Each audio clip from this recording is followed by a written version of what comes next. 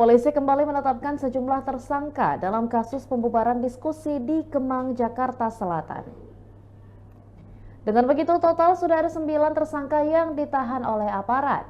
Kepala Bidang Humas Polda Metro Jaya, Kombes Ade Ari, mengatakan para tersangka baru punya peran masing-masing, mulai dari merusak properti diskusi hingga melakukan penganiayaan terhadap security di hotel. Ade menyebut polisi juga terus memburu pelaku lain yang diduga terlibat. Sebagai informasi, diskusi yang dibubarkan paksa digelar oleh Forum Tanah Air atau FTA pada Sabtu 28 September lalu. Sejumlah tokoh nasional hadir seperti pakar hukum tata negara Refli Harun hingga mantan Ketua Umum Pengurus Pusat Muhammadiyah Din Samsudin.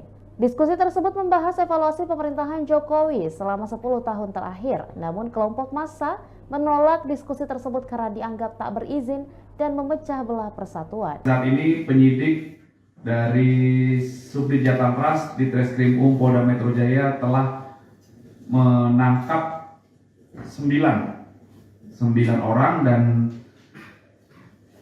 telah ditetapkan sebagai tersangka dan juga telah ditahan dengan persangkaan pasal kekerasan secara bersama-sama di muka umum terhadap orang, kekerasan secara bersama-sama di muka umum terhadap barang.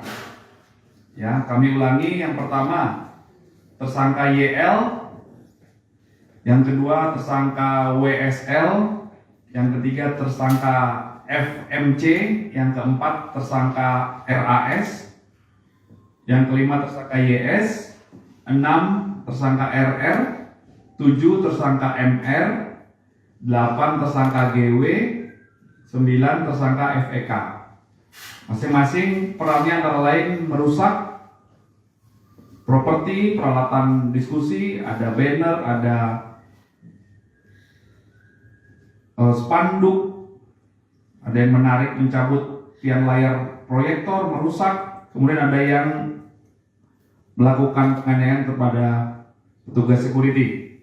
Ya, 9 tersangka telah ditahan dan diproses. Selanjutnya penyidik masih memburu para pelaku lainnya sebagai bentuk pertanggungjawaban ya Polda Metro Jaya dalam memberikan rasa aman kepada masyarakat.